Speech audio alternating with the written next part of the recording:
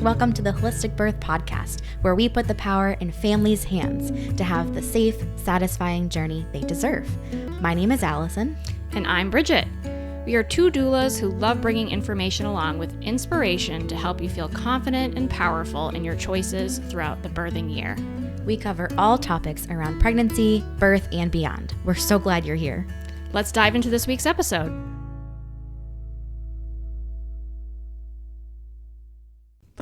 Welcome back to the Holistic Birth Podcast. This is episode 15, and today we are having a special guest on today. This is Alycia, and she's going to be telling us about her birth story, so we're super excited to have her today. Thank you. I'm so excited to share. It's awesome. Yeah. Yay. So Alycia and Jimmy had their baby in April, and the gender was a surprise, and it was really special to them to be able to announce. She's here to share her story with us, and kind of walk us through her experience, and we're honored to help you share your story with the world. And so let's start at the beginning. Okay. Tell us a little bit about your fertility and or pregnancy journey, however much you want to share. Okay, sure. So my husband and I have known each other for more than half our lives, and having a family was something that was always like super important to us. I was kind of like the local babysitter between like my neighborhood, my cousins. Like I was meant to be a mom. And so after we got married in 2015, we started to like try to, conceive, and it was just more difficult than we thought it was going to be. So we got pregnant, I think like January of 2017. So a couple years after we got married. And we ended up miscarrying that pregnancy. And so this kind of journey of fertility has been like 6+ years. I had been through countless fertility clinics, did like the battery of testing, and we got the diagnosis that we had unexplained infertility, which was like so hard because there was no plan, right? It was just, well, we don't know why you're not getting pregnant. Like everything looks great. There was no course of action that we could take. And so July of 2022, we decided to do an IUI procedure instead of going right towards IVF, which is, very like in-depth and like very expensive. We decided to try the IUI first. The fertility doctor, gave us like a 10 to 12% chance that it would actually work. And it worked on the first try, which Wild. is like, that's great. A literal miracle. I say it all the time. It was on our 7th year wedding anniversary month, so it's like lucky number 7. Special, yeah, and just like it was wild. So that's a little bit about our journey. How was your pregnancy, the first and second trimester, with adjusting to this pregnancy? Pregnancy was, I would say, pretty good. Like I kind of had like the normal major like food aversions.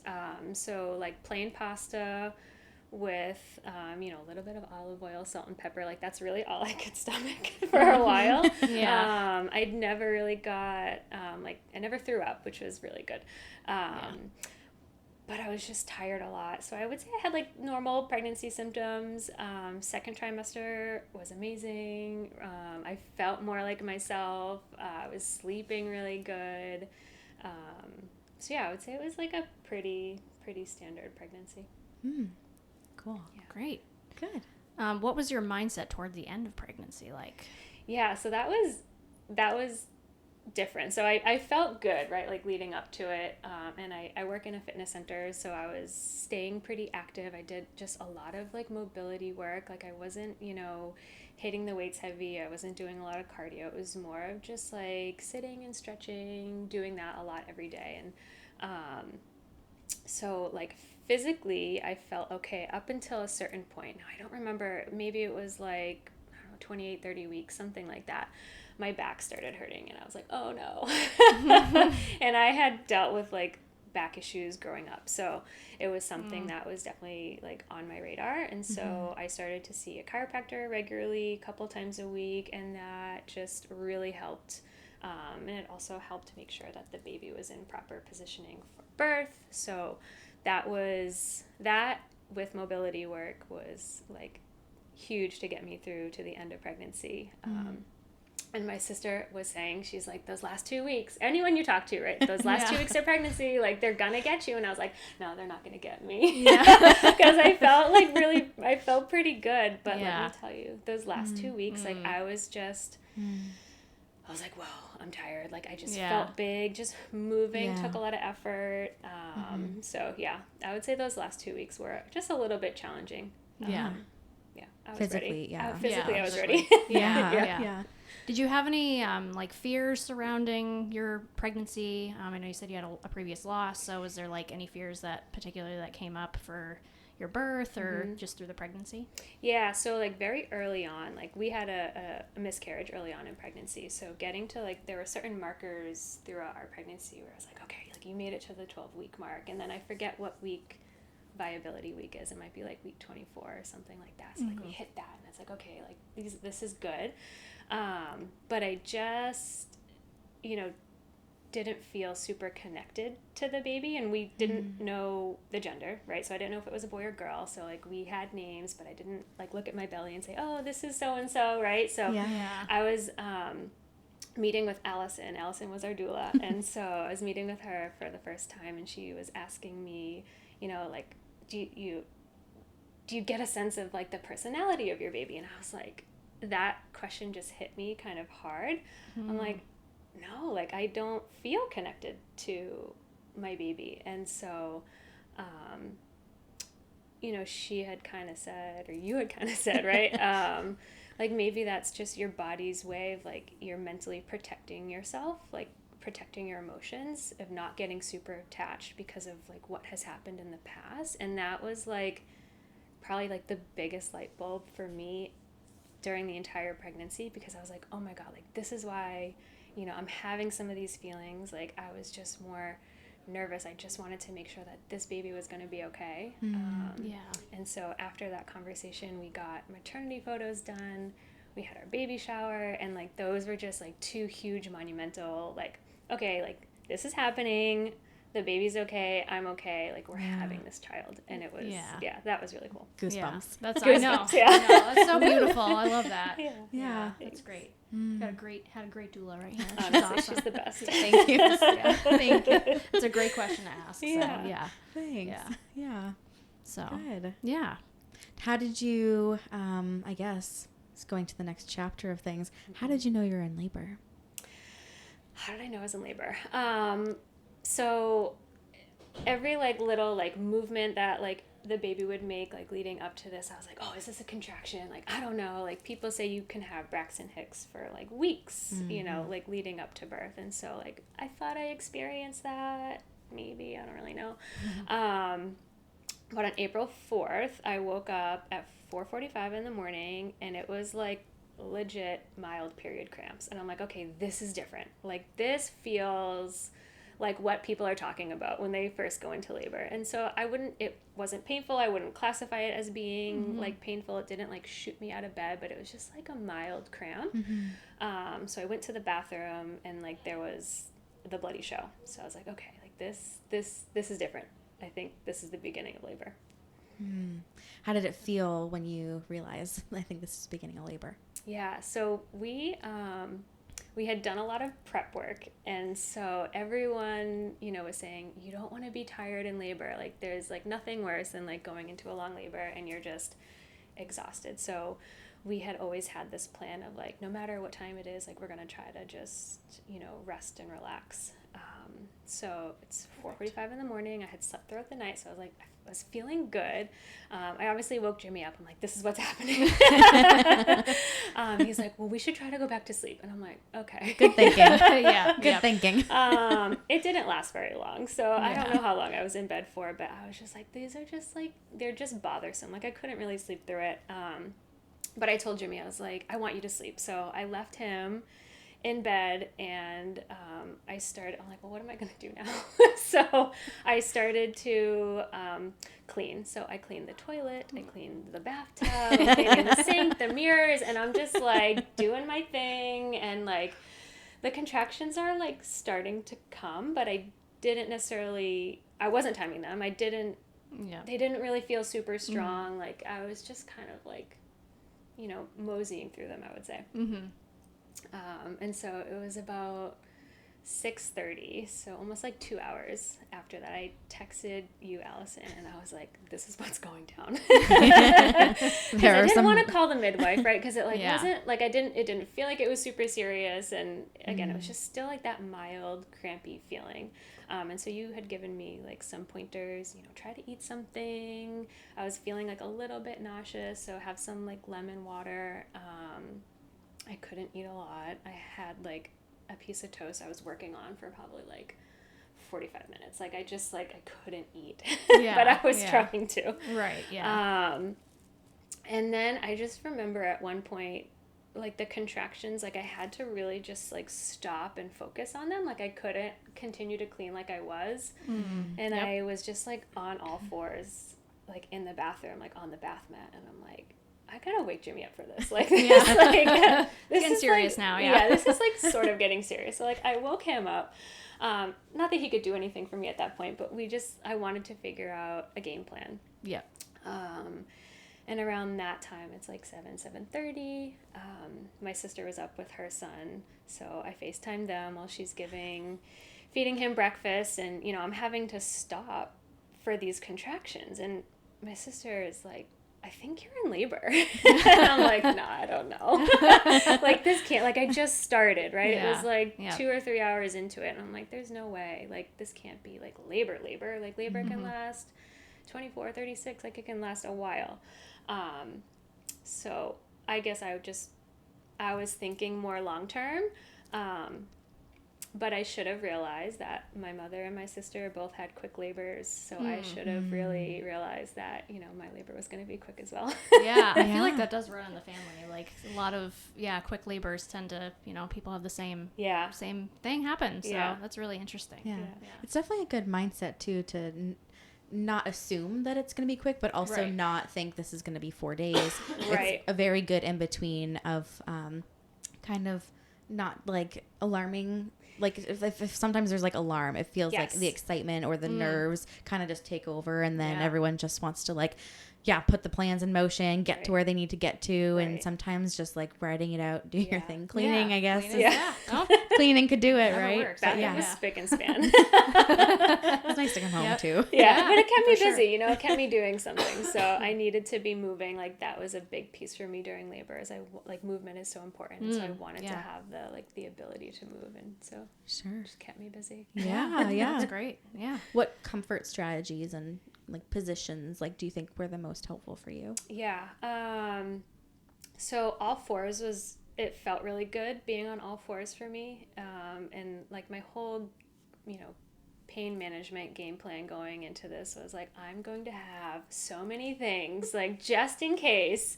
And so I think like movement was important. I had the acupressure mat, which we can talk about in a little bit. I was obsessed with that. The TENS unit. I would never birth without a TENS unit.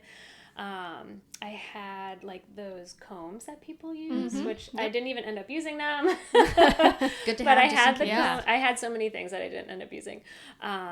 Essential oils was important to me, so to have that like aromatherapy to just help me like breathe and focus on something other than the sensations going on in my body was important. And then music. So I knew going into this birth that like I was going to need a ton of physical support. So I felt like all of my pain management coping techniques were like physical based. But I really feel like I leaned into more of the emotional supports that I like like, I didn't put together a birthing playlist until maybe like 4 days before I gave birth. Like, I was like, oh, whatever. Like, we'll throw on some music if like I'm feeling like we need to listen to something. But I was so glad I did.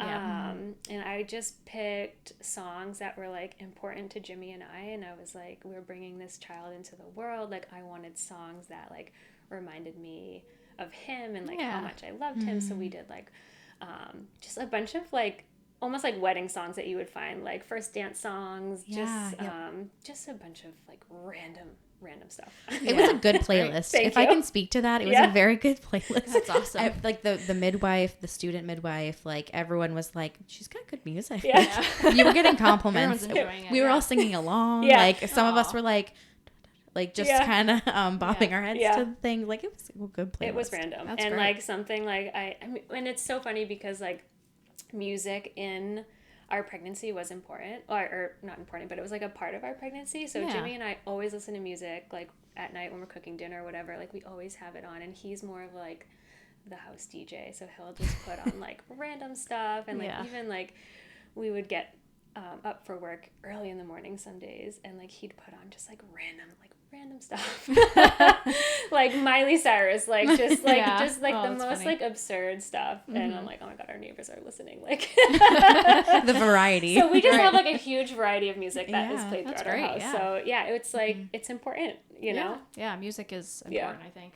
For sure. I love music, so Me too. Yeah. Can't help it. Stuff. Yeah. We have a lot of playlists. I mean, I was using so many playlists as a doula. You just gotta tap into your Bluetooth speaker and just let it roll. I feel like music is one of the underrated things, I think. And the HBB has like a whole Spotify of them, because I was like, I'll just make them shareable so other people can see, because there are different moods, like different music hits you in different ways. Yeah, and I wasn't sure if I wanted like the upbeat, like like heavy hitters, like, you know, we're going out clubbing, or if I wanted like more of like the mellow, like tranquil spa music. I didn't want either of those. I just wanted like songs that transported me to a different time, place, feeling. Yeah, that makes a lot of sense. That's good. Yeah. Fantastic. Yeah, so tell us about like once you went to the birth cottage. Yep. So we decided to give birth at a birth center. It was really important for me to have an empowered birth, an unmedicated natural birth. And so like the safest place for me was a birth center with a team of midwives. And so kind of every decision like leading up to that, how I prepared for birth, was really just to make sure I hit my goal of having that unmedicated natural birth. So, you know, let's see, going back to the day, it was around like 9 o'clock in the morning is when like they opened for business. And so I was like, okay, I'll call them at 9 when they're there. And so like 9 a.m. I call. I was like, hey, this is what's going on. At that point, I had started like tracking my contractions. And they were like every 2 minutes, which, okay, so they say to call the midwife team when you're like 411. Yeah. But really my contractions were never like that far apart. Like they kind of started like really every like 2 or 3 minutes from the get-go. But again, they weren't like super intense. So that's why I was like, oh, I'm not going to like alert the press. So 9 a.m. comes, I'm like, you know, every 2 minutes for probably like 30 to 40 seconds. And has been going on for a while. And so Marissa, our midwife, was like, well, just come in. Like, we're here. Like, we can check you out. And I wasn't, like, opposed to having cervical checks. You know, I think it was a good way for me to see, like, okay, where I'm at. And I just didn't want to get discouraged if, you know, it wasn't, like, where I wanted to be at. So I was like, okay, we'll be in by 10:20. Because we still had to do a few things. So I had to go get batteries for the TENS unit. Thank God I did. So we go to my sister's house to get batteries, and, you know, she's like, you're really like, this is it. Like, you're in labor. I was dreading the car ride. And so I had the acupressure mat. So if you're not familiar with it, it's like the cushy mat. It has like spikes on it. Yeah, I've seen those. Yeah. I'm obsessed. And so I used it, actually, I've been using it for years because I would get really bad period cramps. And if I laid on that and I had it on my lower back, period cramps would disappear. Oh, so wow. I'm like, okay, maybe in labor it like acts the same way. It will make my contractions like disappear. And so I had a small mat, and I sat with it in the car. And so every time the contraction came while we were driving there, it's about a 30-minute drive, I would just like really press into that mat, and it was like the best coping tool for the car. That's I really awesome. liked it. Yeah. Good. Very cool. So we get there 10:20, you know, we go into like the little birthing suite, which is like really cool if you're not familiar, like with a birth center, because you know, there's like a, you know, maybe a full or a queen bed, like it just looks like a bed that you would have in your house. There's a huge like tub, and it's just like very homey. There's not a lot of like instruments or just very warm, very comforting. Yeah. A lot of natural light. Yes. And so it just like, and obviously we were there like throughout our care. So it was like a safe place. Like it really did feel like home. And so we get there, I get checked out. I'm 2 centimeters dilated, and I'm just like, okay, like that's okay. Yeah. And I was like, I'm not like in a ton of pain, like this is all manageable. And I'm like, okay, I wasn't expecting to be, you know, 6-7 centimeters. So Marissa, our midwife, was like, well, you can leave or you can stay, we're here all day, like if you want to hang out. And I'm like, honestly, like I don't want to make that 30-minute drive when things are like more intense. So we decided to stay. Thank God we stayed, because things happened, like progressed fairly quickly. So, you know, Jimmy is kind of like setting up things. We put some lavender oil in the diffuser. On the bed, I had a peanut ball, you know, doing some contractions that way, and then kind of like back and forth between like the toilet and the bed. And, you know, Jimmy, like I was like, you know, still like in my own head, like managing these contractions. Like I didn't need him there constantly like holding my hand, but I could tell he was like starting to get like a little like, okay, this is happening. Like I just like, he never once like alerted me to like maybe how he was feeling in labor. But like I just remember at one point I'm on the bed having contractions, and like I hear him throwing up in the bathroom. Oh no. And I'm like, oh, the man's going through it. Like he's nervous. Oh my gosh. He's very attentive to you. It was funny. Oh my gosh. Wow. Sorry, Jimmy. She outed you. She did. Yep. I'm airing your dirty laundry. It's all right. No judgment here. Totally understand. Oh my God. So once so you did get in the tub, right? What was that like for you? So that didn't happen until later. So at one point I was like on the bed, and I remember looking out over like the big window, and like it looks out over like a wooded area, and I was just like, I want Allison. Because I feel like Jimmy was just like, he didn't know what to do, and I'm just like, I need someone here that is like, who knows what's going on. Like obviously like Jimmy and I have never like birthed a child before, and so like having Allison, having a doula was so important for us. Like I mentioned, we both work in fitness centers, and so you know, we see members come in, and you know, they can hop on treadmills, do their strength training routine, and that's great, like they can see results, like. But if you hire us as a coach and we work one-on-one, like you can just optimize that experience. And so having Allison as our coach was like, okay, she's the expert, like I'm going to her. And so it got to a point where like, I wanted you there. Yeah. And like, that's when Jimmy was like, okay, I'll get her here. That phone call, he was like, she's ready for you. Yeah. I was like, you got it, on my way. And how long was that you? I think you were at the cottage for like an hours. hour and a half, and then we talked, and then I think it was maybe like a half hour later or 45 minutes even that I got there. Okay. And you were just getting on the bed for another check. So just before that, like just before you arrived, one of the midwives came in, and she was just helping with positioning, because again, positioning was super important. But I think like in the moment, you don't know what's going on. Like labor land is a very true thing. Like all these things I cared about, and like I'm very type A personality. Like I needed to have like all these things, like just in case, right? I had a whole suitcase of stuff out the window. Like I just like had no idea what was going on. So she comes in, and we're doing side lying position. And so she's like, do 3 contractions on each side. And those were so intense. And I think that's like when you showed up. Yeah. You're like, I need to go to the bathroom. I need to get up. Yeah. Yep. And around that time is when, I don't know if you suggested it or if I suggested it, but I was like, I want the TENS unit. Yeah. That was a huge, huge game changer for me.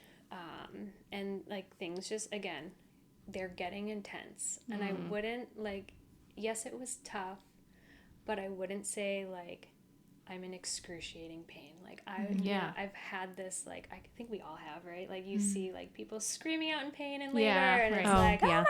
The stereotype. Yeah. Give me the epidural. Like I never like got to that level. Yep.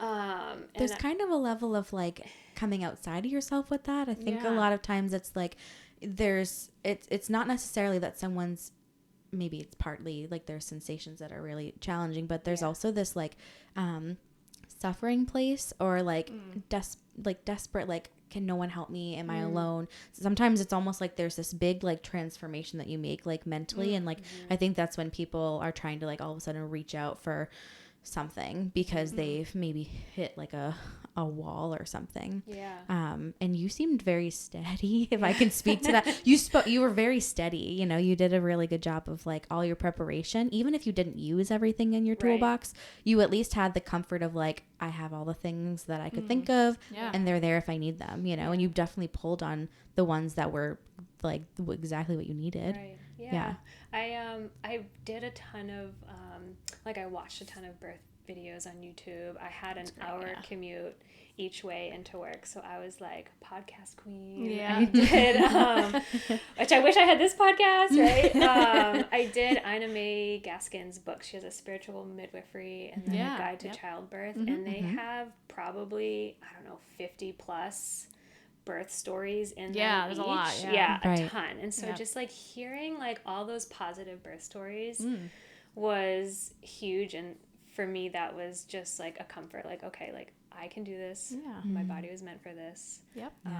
And so I think I relied on that a lot mentally to get that's through. huge. Definitely. So I think it was like 1:30 when you got in the tub.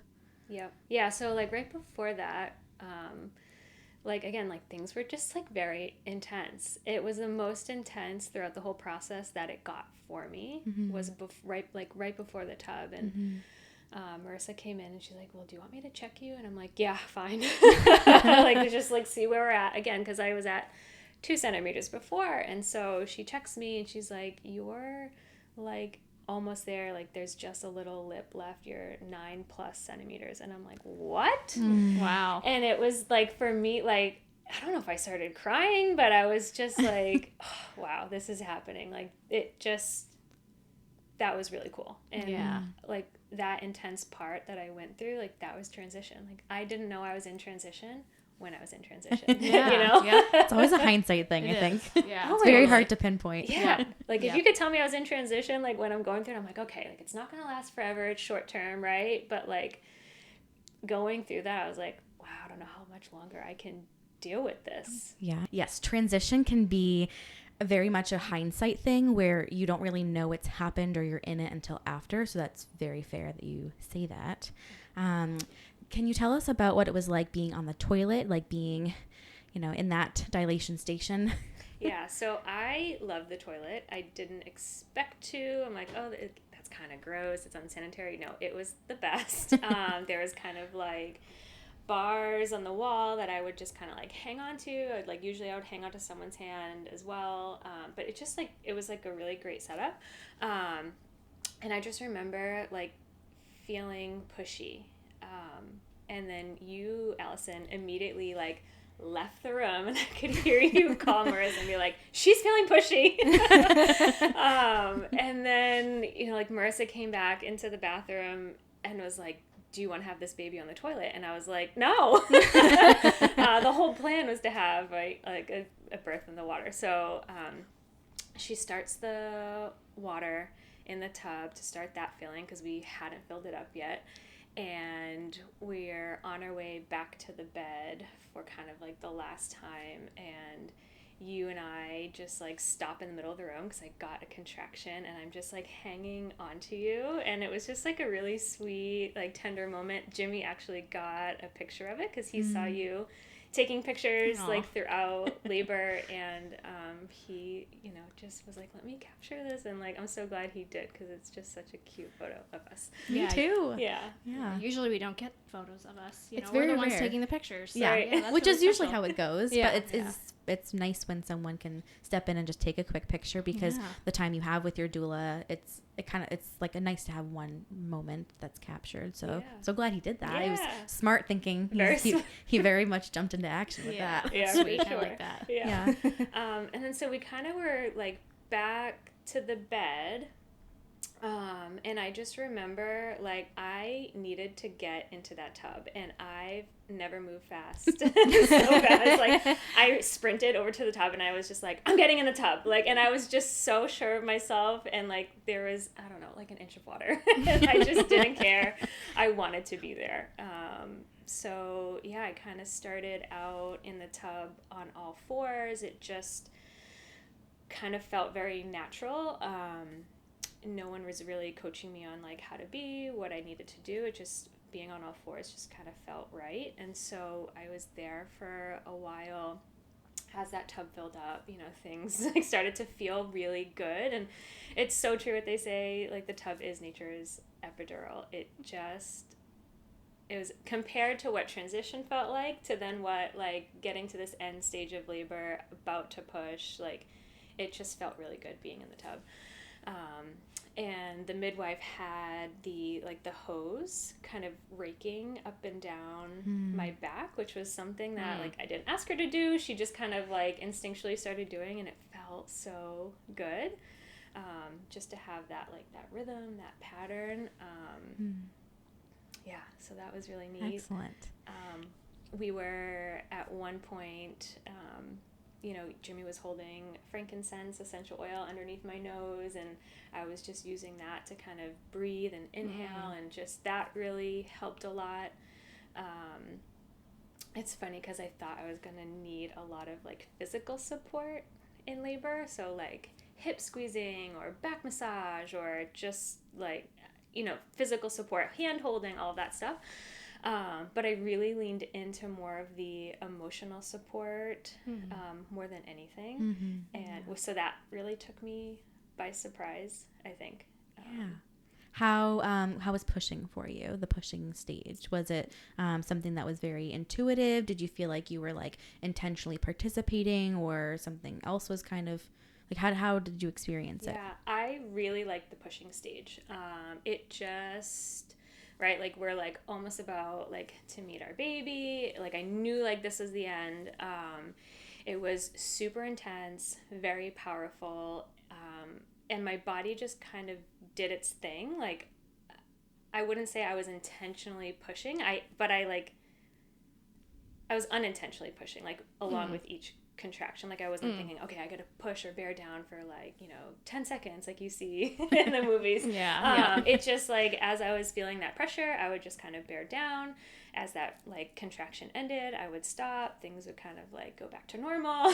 Having those breaks in between contractions is awesome. Like you really utilize them. Thank God for those. But no, pushing was unexpected for me. Like I didn't expect it to go as well as it did. Like I thought it was going to be the most intense part of labor, but I would say by far transition was the most intense part of labor. Yeah, for sure. So at one point I had kind of like changed position, so I'm more like upright, seated, like with my back against the back of the tub, and Jimmy's behind me, almost putting me in like a chokehold. So like his elbow is like wrapped around, like his hand is like right here, almost like over my heart. Like he's like almost choking me. Yeah. And he goes to like move it, or maybe someone told him to move it. I don't know like what I think happened. he was going to offer you water or something. Like he was doing something helpful. Yeah. But at the same time, I was like, no, Don't like move. I need you. Like it was just very like he was grounding me, and it was very much like holding me to this earth is like what I felt. But yeah, I mean, I was drinking a ton throughout labor. I didn't really like want to eat food, but I was drinking, it was like coconut water, so like really good electrolytes, and I was drinking a ton, but at that point in time I was like, nope, you can't move. Stay here, please. Yes. So yeah, I mean, the pushing phase, I guess I pushed for an hour. If you had asked me how long I pushed for, I maybe would have said like 20 minutes. Like there's like really, again, like you have no sense of time. Like no idea. So I was pushing for a full hour. It was definitely powerful at the end, and like we could see her head coming out, and like that was really cool. At one point, Marissa, our midwife, was like, you can feel her if you want to feel her. And so like I felt the top of her head, and I just like I started crying. It was like, again, we didn't know who this little baby was, and I just like, it was like the first time like I touched her, and it was like, that was a really cool moment. So I'm glad that like she encouraged me to do that. That was pretty cool. That's beautiful. For sure. And then we were like trucking along, and we could see like she was coming out, and I was very curious about this whole like fetal ejection reflex. They say like some women like don't even push, and their babies just like fly right out of them. Like, is that going to happen? I had no idea. And I definitely felt like I was pushing. I was definitely, a participant in that. But she kind of came out in one contraction. So it wasn't like her head was out and then we waited. She was out fully in one contraction, which was kind of cool. Yeah, that is very cool. Yeah. Yeah. Yeah, no pause at all. No pause at all. Yeah. So again, like, was that fetal ejection reflex? Maybe. I don't know. Right. It could have been. Yeah. Yep. Did you see her come out? Did you see the whole process? Yeah. And it was like one fell swoop, and I think we had all noticed that she was like a little like crooked, but it wasn't, no one was alarmed. Right. Yeah, so she came out like her head was tilted this way, so she was asynclitic. So I'm glad like no one alerted me to like, she's not coming out like top of her head, like she was like, maybe that's why I pushed for an hour. Like it took a little bit longer. But after the fact, like, she had this like hematoma, like you could tell like little like awkward. Yeah, a little awkward. Yeah. It was cute. Awkward shape. Yeah. It was wicked cute. Yeah. But you were moving her. It just was like, I think nothing was wrong. So right. I think a lot of times people do worry about baby's position and stuff like that. So it can feel hard to know when to be concerned or that type of thing. But you just kind of kept going. We all saw that you were making good progress and you were effective and really like listening to your body. So no one was worried. Yeah. I think great. Like as you like the pushing phase is like a very intense like that's the event right there. You know what I mean? And so I was nervous going into labor and into this birth, like, am I going to get this like overwhelming sense of anxiety, like I'm not in control of the situation? And like I was afraid of that. But at no point in time was I out of control or felt like I couldn't do it or like I was like losing it, and so that was powerful in and of itself. And I think just like the team that I had there with me, so like my husband, the doula, the midwives, like it was just this serene birth, and it's just like it's exactly what I wanted. So yeah, it was so cool. It was very empowering. Yeah, that's beautiful. That's great. Sorry. No, I was gonna say, like, what was the first moments of having her on you? What was that? What was that like, holding your baby for the first time? So, like, she came out, and it was just, again, it was, like, super fast. Like, whoa, she's here. Yeah. I didn't know it was a she. Yeah. And so the baby goes right up on my chest, and, she's covered with blankets, and, we're rubbing her, getting her to kind of make some noises and get up any fluid that she has, and I'm kind of, like, coming back to, like... reality a little bit. Reality, yeah. So... it was like, I don't know, a couple minutes, I would say, before I was like, I want to look. It was really important for me to find out the gender, and I didn't want anyone else, I mean, Jimmy could have said it if he wanted to, but I didn't want it to come from anyone else. So I was like, I'm ready to look now. And I like looked down and I was like, it's a girl. And I said, it's Maisie. It's been Maisie all along. And I just broke down and cried. And it was at that point when I realized that the song that was playing, just happened to be playing on the playlist, was the song that Jimmy and I walked down the aisle to. Yeah. Oh my gosh. Is like, Goosebumps. Yeah. Goosebumps. Chills, like, you can't make this up. No. Yeah. Oh, that's awesome. So cool. Yeah. I love Such that. a beautiful moment. Yeah. Yeah. Yeah. Definitely. You worked so hard for her. Yeah. Yeah. So hard. It was like such a long journey, and it was like, oh my God, she's finally here. She's ours. Like, Yeah. it was so cool. It was one of those like core memories. I'll never forget that feeling ever. Yeah. So from the time you arrived at the birth cottage to when she was in your arms, it was just over 4 hours. Yeah. So it happened very quick, going from 2 centimeters Wow.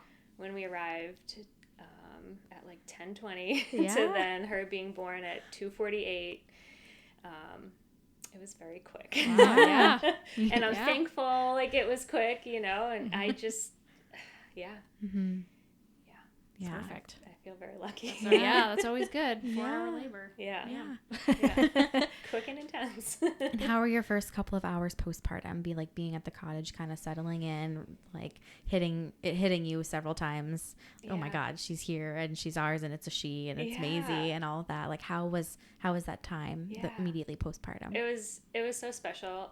And I kept looking. I was like, wait, is it really a girl? Like, I remember like looking multiple times because I had, heard a story of like some mother saying that she had a girl when it was a boy or vice versa. And I was like, wait, is it a girl? Like, is it Maisie? And so like Jimmy cut the cord, and then we handed the baby to Jimmy, which was like his first time holding her. And there's a picture of him like holding her for the first time and like looking up at me. And it was like, like this smile on his face. Yeah. Like, what a core memory for him and for Maisie. Yeah, that was so special.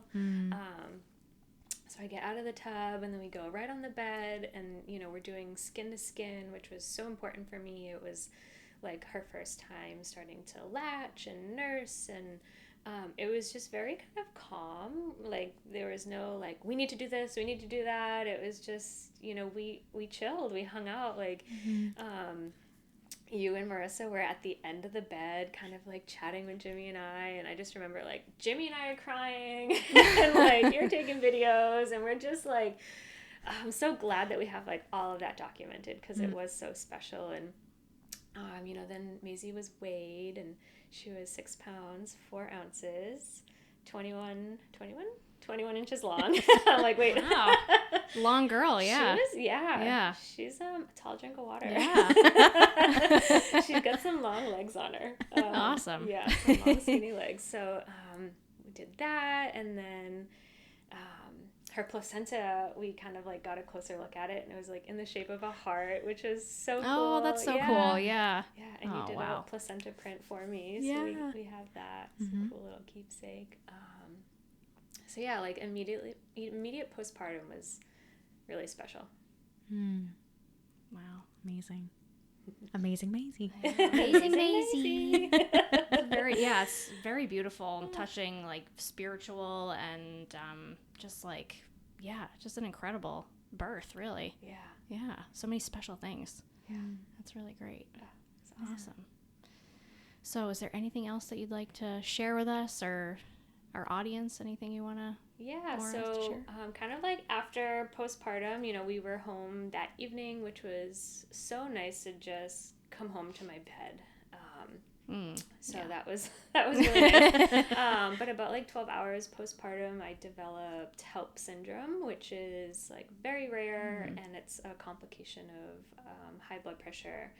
And so I did end up needing to go to the hospital and spend a few days there. And, I'm so thankful that, like, I had the ability to go there and they took, like, amazing care of me and everything is okay now. And, I'm very grateful for that. But the thing that gives me the most peace is just knowing that, like, where I gave birth and how I gave birth was no like indication of, or no reason, no cause of what had happened. And so it just was like a fluke thing. They don't know why it happens. Because your blood pressure was fine throughout labor and even postpartum when they were checking at the birth cottage. Yeah, sometimes. Yeah, it was kind of a fluke. Yeah. Yeah. You know, we had, like, even throughout pregnancy, it was a healthy pregnancy. And if it wasn't a healthy pregnancy, or I had blood pressure issues throughout pregnancy, like, I would have needed to be discharged from their care and had to go to a hospital. But honestly, you know, I wouldn't have changed it. It was very important for me to give birth at the birth cottage, because, you know, I wanted to give birth in the water and not just labor in it. I wanted the ability to move around in whatever way felt best for my body and not have to be, you know, hooked up to monitors or hooked up to IVs. And I wanted the ability to eat and drink. I think, like, that's so important, you know, definitely. like having that energy for this marathon of labor. So, as crazy as it was, like, I wouldn't change anything. Yeah. You're beautiful. Beautiful. Yeah. Thank you. Is there one piece of advice or guidance that you'd love to pass on to anyone listening who may be expecting or something like that? Sorry to throw that random one at you. That's a great question to ask. Yeah. Yeah, I would say just, like, you know, I felt like I was, like, underprepared. Like, I needed to do more. Like, that's just my personality. Like, oh, did I do enough? Did I prepare enough? But I think just trusting in your body, trusting in yourself is just, like, the biggest thing. And, you know, giving yourself the opportunity or putting support in place, knowing that you can, like, rely on those things. So for me, it was having this suitcase of just combs and food and essential oils and, you know, this all, like, this bag of tools that I could use. And then, you know, I prepped postpartum. So I think, like, just like knowing that the preparations that you do is enough. Being flexible, like, as things change, you know, be flexible and open to that, and just, like, relish in it. Like, just, like, it's an amazing time and it's such a special time. And I could go on and on. Part 2 great. coming soon. Thank you so much for sharing and for letting us share your story with other people. Thank you so much. The journey that you and Jimmy have been on to go and get Maisie from Laborland and back and all that. You've just, she's already so cute still, and she's just becoming, like, this whole person. I can't even believe how much she's grown already. But it's amazing. Thank you so much for your time. Thank you. Thank you for giving me this opportunity. I feel like it's just such a blessing to share this story. I really relied on, you know, watching and listening to so many positive birth stories. They're not necessarily always out there, and I'm hoping that, you know, I could give a little bit of hope and inspiration to someone who's I'm sure you will on this journey. I'm sure, no doubt about that. So thank you. Thank you so much. All right. Well, that's it for this episode. We hope to hear any feedback if you want to share about how Alicia's story totally rocked your world or kind of opened your mind to things. But we'll see you next time. Thanks so much. Bye. Bye.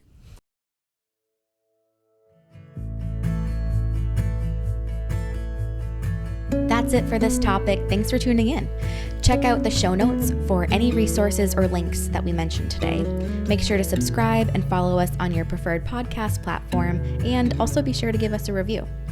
It really helps us grow and reach more people who could benefit from this info. Also, check us out on YouTube and visit our blog where we have this podcast transcribed for you.